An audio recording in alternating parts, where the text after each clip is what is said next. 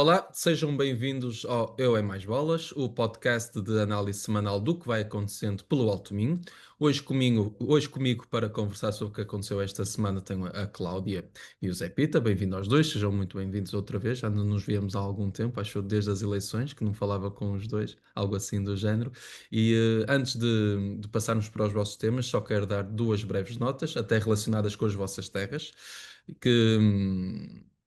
Onde é que está?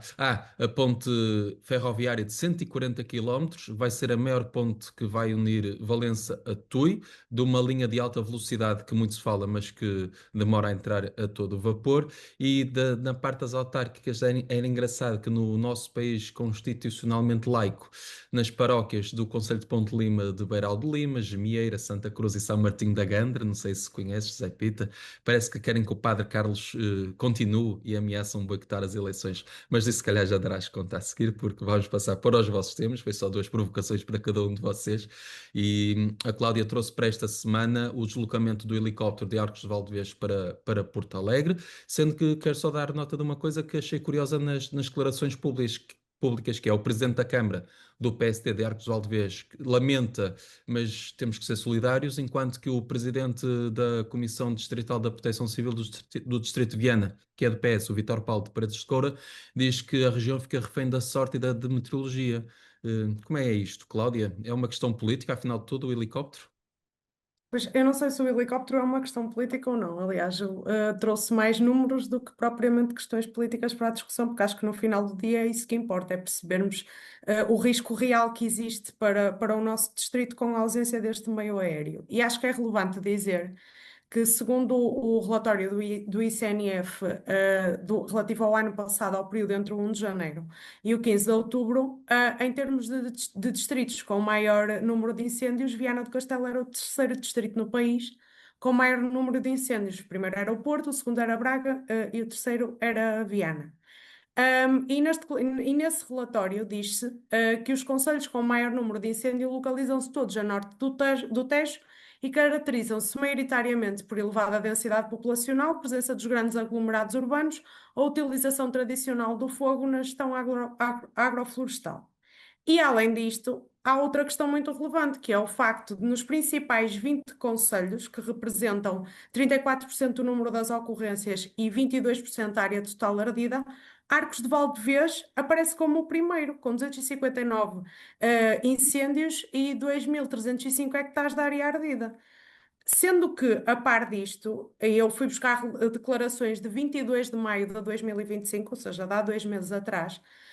Ouvimos o comandante subregional de Emergência e Proteção Civil do Alto Alentejo, em declarações a um órgão de comunicação social, afirmar que existem 5 meios aéreos, 45 equipas, 45 veículos e 201 operacionais que integram em permanência o dispositivo de combate a incêndios no distrito de Porto Alegre. Ou seja, Porto Alegre já tem 5 meios aéreos. O Alto Minho tem um, que foi deslocado agora, ou vai ser deslocado, porque ele ainda está em manutenção, ao que parece, para Porto Alegre. E aquilo que nós estamos a fazer no nosso distrito, que em 2024 foi o terceiro, com maior número de incêndios, tem um concelho com maior número de hectares de área ardida, que é o distrito onde há dificuldades enormes, se não muitas das vezes é impossível combater incêndios com meios terrestres em determinadas zonas. Eu, assim, muito de repente, lembro-me de Castro Laboreiro e do Soajo já. E é o distrito que tem o único parque nacional do país e que fica realmente à mercê daquilo que são as condições meteorológicas, por assim dizer. E nós sabemos que estamos numa zona também onde os ventos normalmente tendem a favorecer a propagação e o alastramento do fogo. E vemos-nos aqui numa situação, no início do período de maior incidência de incêndios florestais, em que o que nos resta são realmente os meios de combate terrestre e que nós sabemos já à partida que não são suficientes porque temos experiências. Nós em 2017 tivemos provavelmente o pior ano de sempre, os meios que havia eram claramente insuficientes e agora, em 2025, num momento em que as temperaturas são cada vez mais altas e muitas das vezes essa é a pior condicionante para o combate ao fogo, e nós estamos num fim de semana que revela isso de forma flagrante. Hoje estão 37, prevêem-se 37 graus.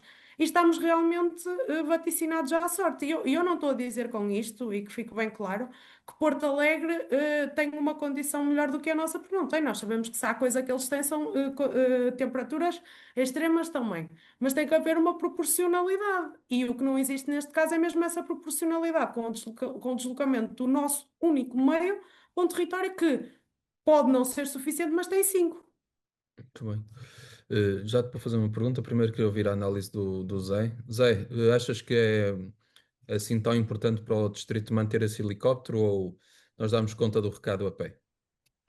Se me dás permissão, até estou a responder primeiro à provocação inicial, que realmente uma das freguesias visadas por esta polémica do Padre Carlos e do Isto Viana do Castelo, é a minha freguesia. E há aqui uma polémica entre o padre quer sair, não quer sair. E a realidade é mesmo essa. O padre já manifestou vontade numa altura de sair, a população uniu-se e mostrou que realmente queria ajudá-lo a enfrentar os desafios e para que ele se permanecesse na nossa localidade. E aí o bispo tornou-se irredutível e não permitiu esse volte-face. Numa breve opinião pessoal, de um católico que neste momento não é praticante, não frequenta a igreja tanto quanto gostaria. Um, Estamos numa fase que a Igreja precisa das pessoas, e devia escutar cada vez mais a vontade das pessoas para criar esta ligação, à comunidade. Se as pessoas pedem para um padre ficar, ainda para mais quando são as 4 freguesias, em que o padre está presente, por que não dar o pé atrás e permitir que ele permaneça e dar-lhe esse voto de confiança?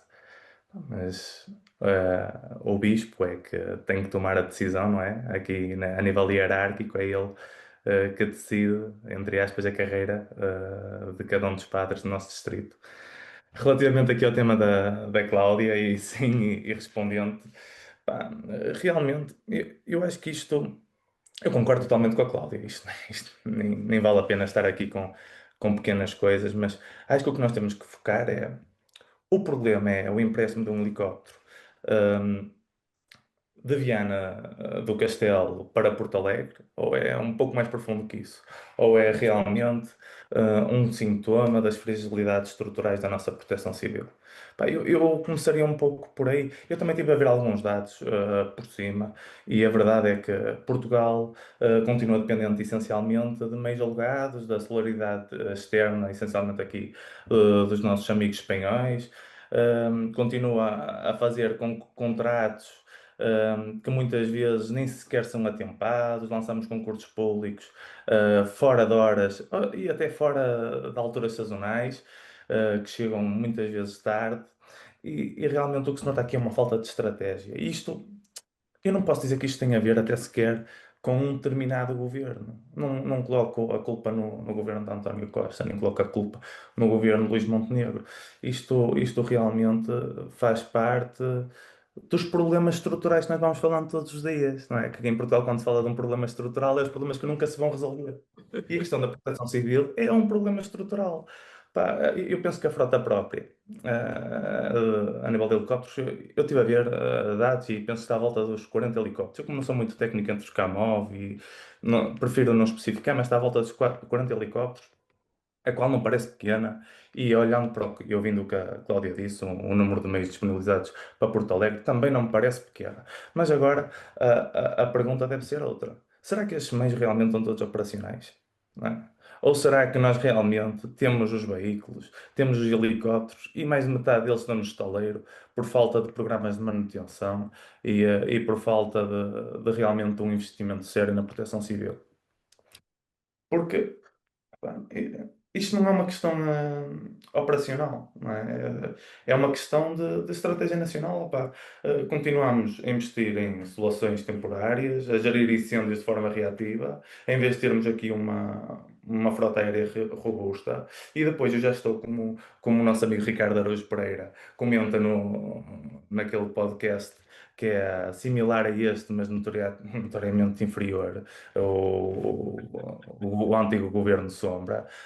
O debate da política portuguesa, quando não há eleições, centra-se essencialmente em 3 pontos, que é as cheias no inverno, os incêndios no verão e a colocação dos professores Em setembro. em setembro.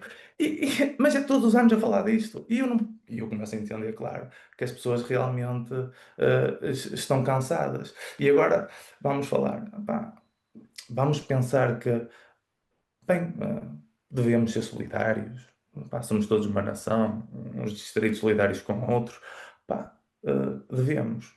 Mas mais do que solidários, eh, devemos ter pessoas que nos governem de forma inteligente e realmente olhem para que, na altura crítica como a que estamos agora, e que já ficamos sem o nosso meio aéreo, com uma região tão vasta de floresta, olhem para aquelas pessoas que vão combater os incêndios enquanto nós nos queixamos do calor que está na nossa casa.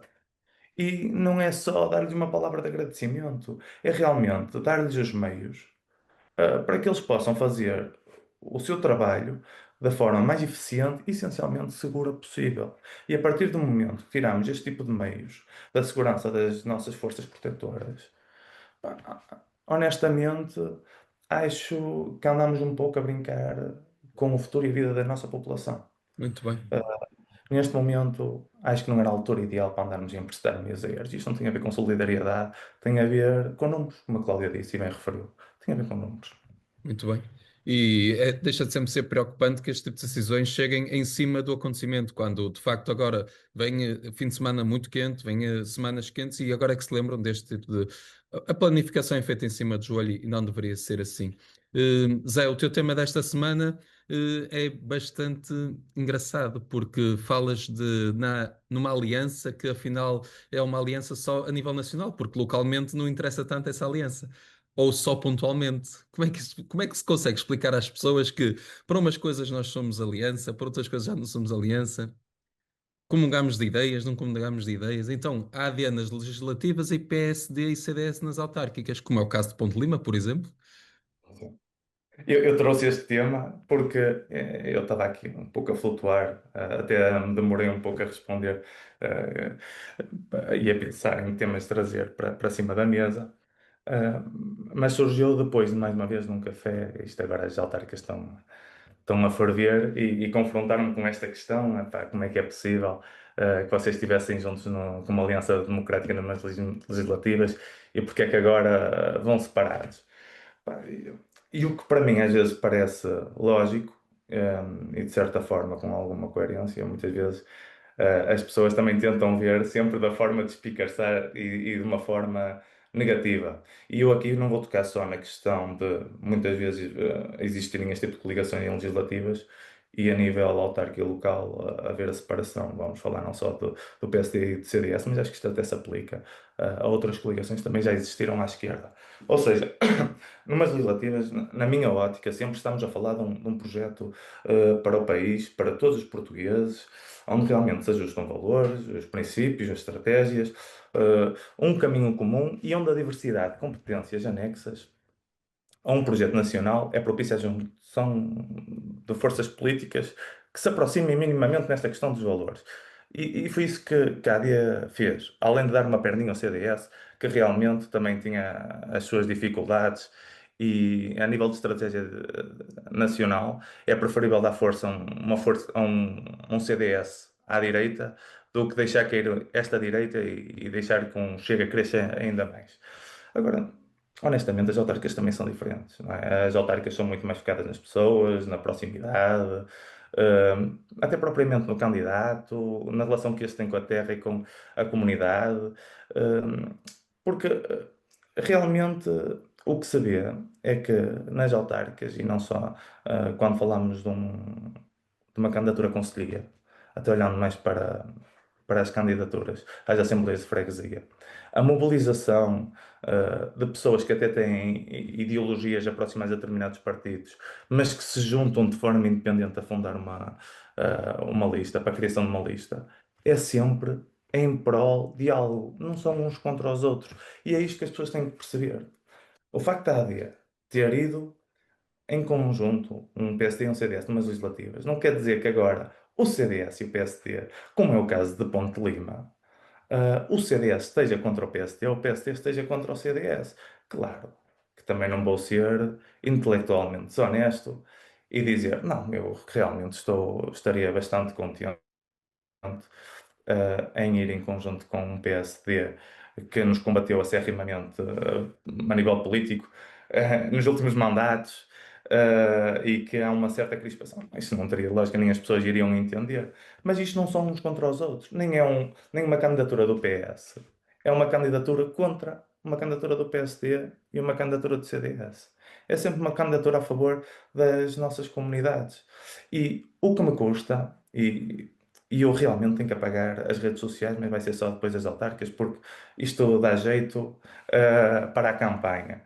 Mas custa-me ver o anúncio de determinados candidatos, seja de que partido for, e o primeiro comentário, ou os primeiros 20 comentários, é sempre numa crítica feroz à pessoa. Mais um que quer taxa, mais um que quer. E não pensam que aquela pessoa, até principalmente em assembleias de freguesia, está ali a pôr a sua vida um A pouco dar de do seu parte tempo. para dar do seu tempo à sua comunidade, enquanto os outros estão por trás de um teclado a mandar bocas. E é aqui que está realmente a diferença. E eu acho que isto tem que ser cada vez mais defendido, que é, no final, seja de que partido for, e eu falo essencialmente a nível autárquico, eh, somos uns a concorrer contra outros, mas em prol do mesmo, que é o bem-estar das nossas gentes e das nossas comunidades. Pá, e eu Naturalmente que uns preferem uma entendo. estrada ou outra, mas haverá sempre divergências, mas sim, no fundo, resume-se a isso. Cláudia, por Valença, o Carpinteiro anunciou a sua recandidatura esta semana. Como é que vês esta perspectiva também do caso da AD, mas também o próprio PS, em algumas câmaras, vai em coligação, noutras não vai em coligação. Tens os movimentos independentes também, que o Zé acabou por não aflorar, mas que também, de certa forma, também entram nesta equação. Como é que vês esta perspectiva? Até começava pelo fim daquilo que o Zé estava a dizer, que é esta nova realidade em que é anunciado um candidato e de repente nos primeiros 20 comentários ele é completamente insultado. Esta descredibilização da classe política e a proliferação deste discurso de ódio que o Chega em muito alimenta, e não vale a pena dizer o contrário, é também um motivo pelo qual, a par do facto de realmente o valor monetário que recebem por isso ser muito baixo, é aquilo que justifica que muitas vezes haja tanta dificuldade em encontrar cabeças de lista para as assembleias de freguesia. Isto é uma realidade, não tardará muito.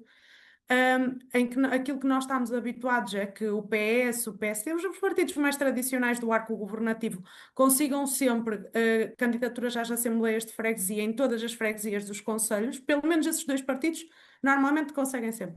Não tardará muito em que isso vai deixar de acontecer e vamos ter a realidade em que cada vez haverá menos candidatos às assembleias de freguesia, sobretudo quando são freguesias que não são grandes o suficiente para ter um presidente de junta a tempo inteiro, mas são grandes o suficiente para que o presidente de junta tenha mesmo muito trabalho fora do seu horário laboral, porque isto depois é uma conciliação muito difícil entre a vida profissional, a vida política e a vida pessoal.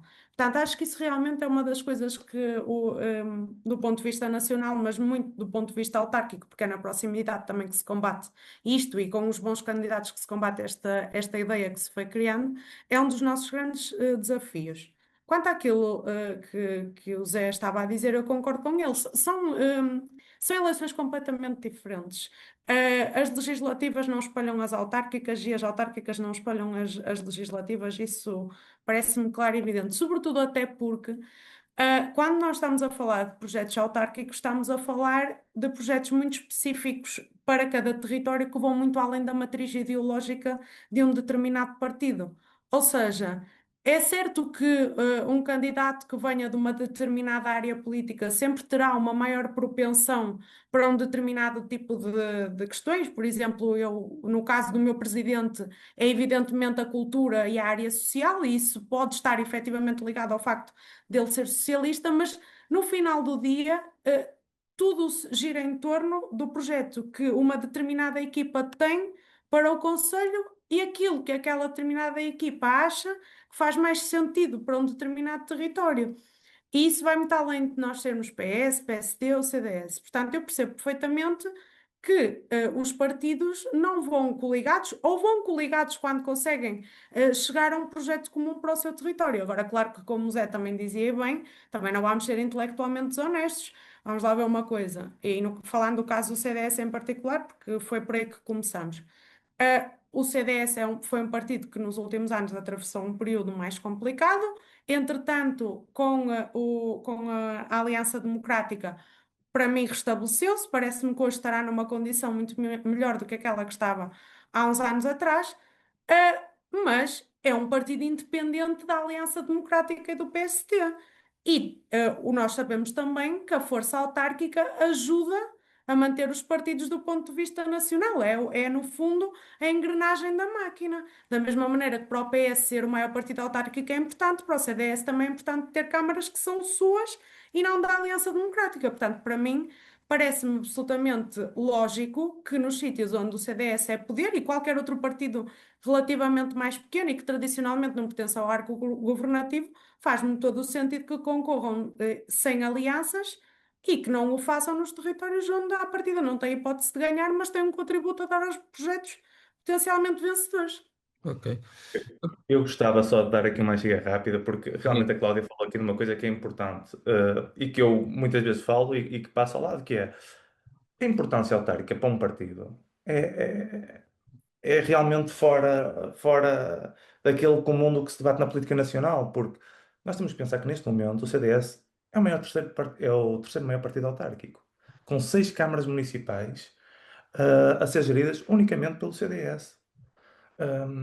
Desde Ponte Lima, Oliveira do Bairro, Albergaria à Velha, Velas nos Açores, ou seja, há aqui realmente um trabalho de campo implementado pelo CDS, que nos permaneceu manter à tona e que depois aproveitássemos a ajuda do PSD. E que só não foi uma ajuda maior, porque preferimos ter um ministro do que se calhar um grupo parlamentar maior, mas isso é tema para outro debate.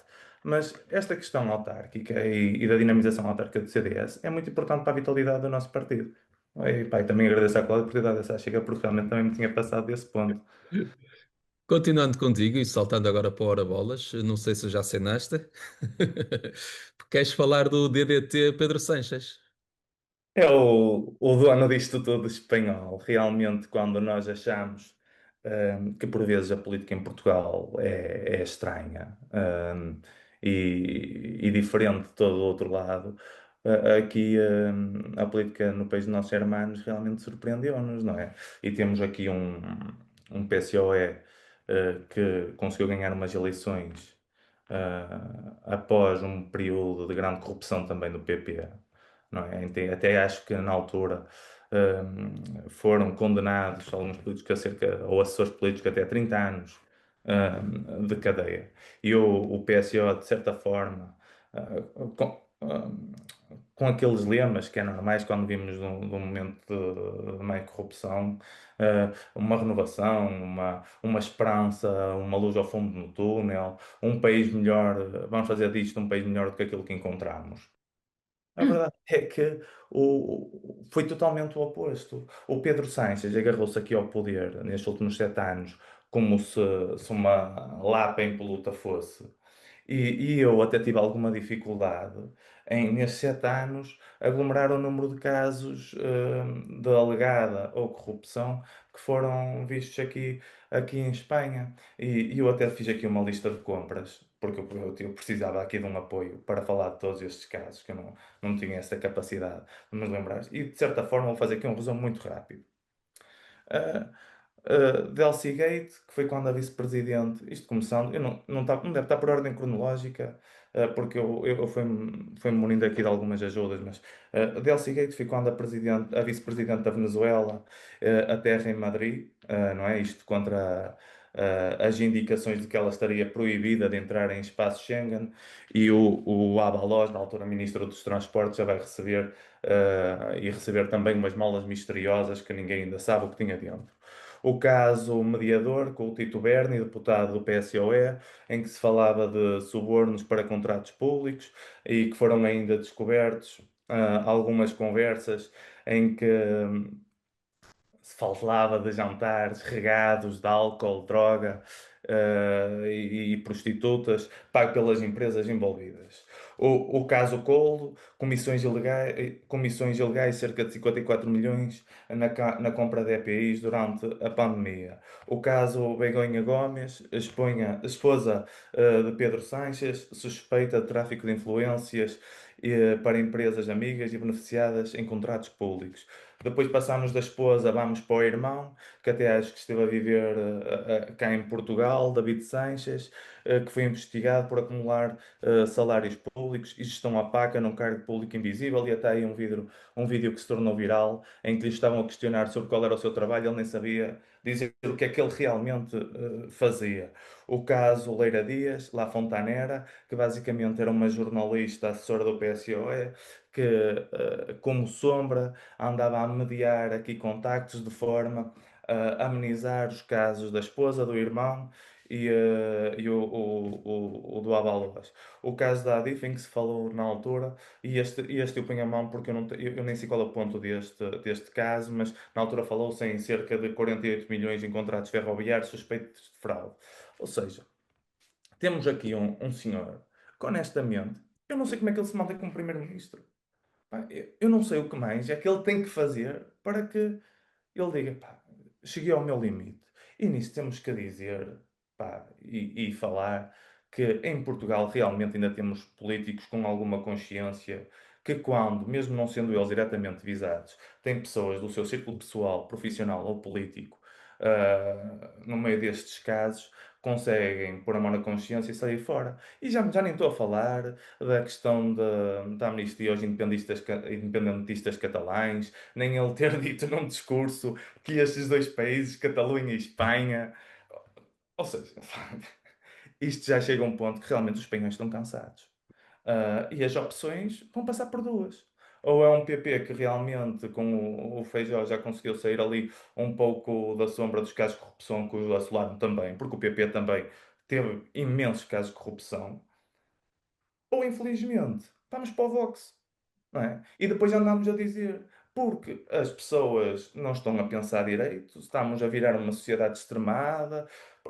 Não estamos a virar uma sociedade extremada. O problema é que os moderados também deixaram de ser moderados, e esses sim é que levam ao extremo as pessoas e que as levam a olhar outras opções que não estas, que saem a público e que descredibilizam totalmente a política. E isto dá muita pena porque é um país que eu gosto muito e com quem tenho muito contacto profissional. Mas realmente nota-se um grande cansaço nas pessoas. E acho que ele já há muito devia ter saído do governo, já devia ter posto um pé fora. Muito bem. Cláudia, para o teu Ora Bolas, trazes a proposta de proibição do uso de símbolos religiosos islâmicos em espaços públicos. Que proposta é esta? O Chega surpreendeu-nos. Surpreendeu-nos, não, acho que não nos surpreendeu, mas pronto, resolveu trazer para o debate político aquilo que até há pouco tempo era um não assunto, sobre o uso da burca ou de símbolos religiosos que tapem na totalidade o rosto. Ahm, eu em 2017, quando estava no mestrado, a minha tese de mestrado era precisamente sobre a presença dos símbolos islâmicos na Península Ibérica, e mais particularmente sobre o uso do véu.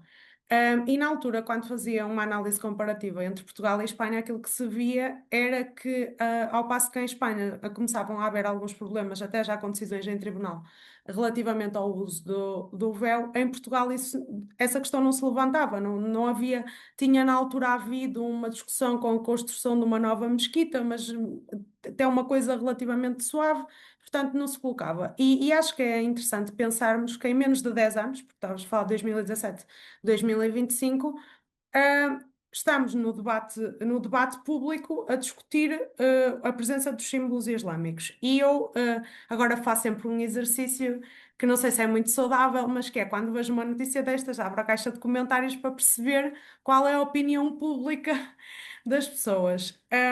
E realmente, lendo a notícia e lendo os comentários, percebi que a maioria das pessoas, o comentário que lá fazia era de dois tipos. Ai tal, estão no nosso país, respeitam as nossas tradições e, portanto, não usam símbolos de outra religião. Vamos proteger as mulheres porque o uso deste tipo de indumentária religiosa é contra a vontade delas e elas precisam de ser preocupadas. Preocupadas não, protegidas. E isto vai de encontro àquilo que foram as declarações do deputado do Chega, que dizia, e muito rapidamente, não vamos permitir a islamização de Portugal. Esta é uma nação com valores próprios e não admitimos que venha a ser moldada por costumes que não são aceitáveis. E que justificava, além de por isto, esta proposta do Chega com não permitimos que a mulher seja tratada como propriedade privada de ninguém. Não é aceitável que em pleno século XXI existam em Portugal práticas que apagam a dignidade de uma mulher. Eu fiz um outro exercício, que foi ir ao Razi de 2024 e procurar as palavras burca e apareceu 0 vezes. O Razi é o relatório de segurança interna, só para esclarecer caso haja alguma dúvida. Procurei pela palavra hijab, apareceu 0 vezes. Procurei pela palavra véu islâmico, apareceu 0 vezes. Procurei pela palavra mesquita, apareceu 0 vezes. Ou seja, do ponto de vista da segurança, o uso destes símbolos claramente não é um problema, porque se fosse um problema, ele constaria do Razi. Do ponto de vista da proteção da mulher, acho que há aqui duas notas interessantes. É que eu no Razi não encontrei nenhum destes termos, mas encontrei um número muito giro, que é 23.974, que é o número de mulheres vítimas de violência doméstica em Portugal. E encontrei outro número, que é o 2.402, que é o número de suspeitos que foram detidos para um contrabalanço de 23.974. E não me lembro de ver o Chega preocupado com a dignidade das mulheres no que respeita à violência doméstica, que sim tem números concretos e não meras percepções sobre aquilo que é a falta de segurança ou a falta de dignidade da proteção da mulher. E acho que há aqui uma dimensão muito importante para abordar. E que eu aceito que seja fruto do desconhecimento, que é o seguinte: muitas destas mulheres, para elas, do ponto de vista interno, é um problema não usarem a burca ou não poderem usá-la no espaço público. E o que isto vai originar não é que estas mulheres deixem de a utilizar, é que estas mulheres deixem de aparecer no espaço público. E o uso dela não significa necessariamente que seja por uma imposição masculina. Tem a ver, sobretudo, com uma questão de fé. Da mesma maneira que na nossa fé, padres usam vestes e freiras cobrem o cabelo, na fé islâmica há princípios religiosos que ditam que a mulher, em determinadas circunstâncias, consoante o tipo de vertente dessa fé que professam, devem tapar o rosto. E para essas mulheres, do ponto de vista da fé, elas estão a agir corretamente e não sentem isso como uma obrigação de ninguém. E eu não estou a dizer que não haja casos em que isto acontece, porque também acredito que sim. Mas há outros em que é fé. Fé, tal como os católicos têm o direito de a professar nas suas todas as dimensões. E por fim termino dizendo isto. Em Portugal nós vivemos num país onde a Constituição prevê a liberdade religiosa. Somos signatários de um conjunto de documentos internacionais que também prevêem essa liberdade religiosa. E nós não nos podemos esquecer de uma coisa: é que liberdade religiosa tem duas dimensões. Tem a dimensão da possibilidade de acreditar num qualquer credo, mas também tem a dimensão de poder manifestar esse credo dentro daquilo que são os limites da proporcionalidade. E dentro daquilo que são os limites da proporcionalidade, aqui, neste momento, em Portugal, não há razão absolutamente nenhuma para este tipo de proibição. E ela é meramente discriminatória de uma maioria face a uma minoria. Muito bem.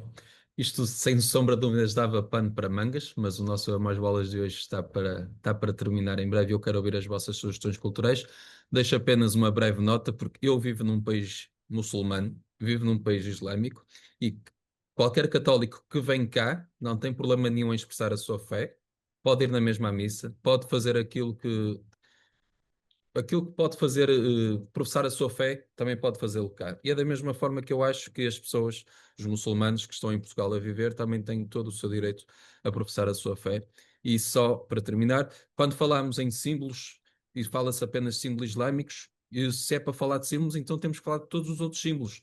Temos que falar dos símbolos judaicos, temos que falar dos símbolos hindus, dos símbolos budistas, não é simplesmente dos símbolos daquela parte da população do qual nós não gostamos maioritariamente por iliteracia, ignorância e porque não queremos saber, não queremos respeitar e não queremos saber como é que funciona a outra cultura.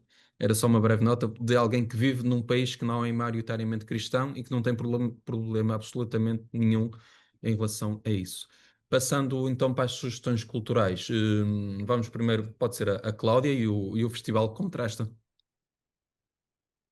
Bem, a minha sugestão cultural desta vez é para casa, ou seja, é para Valença. Nós no dia 11 e 12 de julho temos o Festival Contrasta, que decorre nas Cortinas de São Francisco, na Fortaleza de Valença. Ou seja, tem um panorama privilegiado pelo cenário que envolve o festival em si, mas também tem um cartaz muito apelativo. Procuramos ter música para todos os públicos, desde os mais jovens aos menos jovens. Temos Delfins, temos Slow J, temos Capitão Fausto e temos Jovem Dionísio. É um cartaz para todos os gostos musicais. O bilhete é muito acessível e, portanto, convido todos a juntarem-se a nós. Zé Pita também joga em casa e quer-nos falar da 17ª edição da Feira do Cavalo de Ponte Lima. Áudio. Em princípio, vou jogar sempre em casa, que eu vou tentar sempre arrastar as pessoas para Ponte Lima. Mas a 17ª edição da Feira do Cavalo é, mais uma vez, aqui uma das nossas referências culturais em Ponte Lima, em que as pessoas podem absorver um pouco mais da cultura daquilo que é o cavalo em Portugal. Temos desde jornadas da Taça de Portugal de Dressage, Campeonato Nacional de Horseball, um desporto que aprendi a gostar, e até concursos de puro sangue lusitano. Ponte Lima destaca-se assim, a par da Golgá, como uma das grandes referências do cavalo em Portugal. De qualquer das formas, vou cada vez mais a ter dificuldades de dar sugestões culturais, porque vão começar as romarias, e para mim todas as romarias do Alto Minho são a melhor sugestão cultural. Todos os fins de semana, agora quase até o inverno, Até às temos feiras novas. muita coisa para fazerem no Alto Minho. Muito bem. Cláudia, Zé, muito obrigado por estarem este pedacinho comigo, por terem analisado e conversado, trazerem temas bem importantes e que poderiam dar para cada tema para o seu programa por si só. Muito obrigado. Quanto a si, espero que tenham gostado deste tema Mais Bolas. Regressamos na próxima semana com mais atualidade do nosso Alto Minho. Fique bem. Sigam-nos nas nossas redes sociais e se quiserem entrar em contacto connosco, também temos o nosso endereço euemaisbolas@gmail.com ou através do Facebook ou Instagram. Por isso, fique bem, tenha uma boa semana, fique desse lado e até a próxima semana com um Eu e Mais Bolas.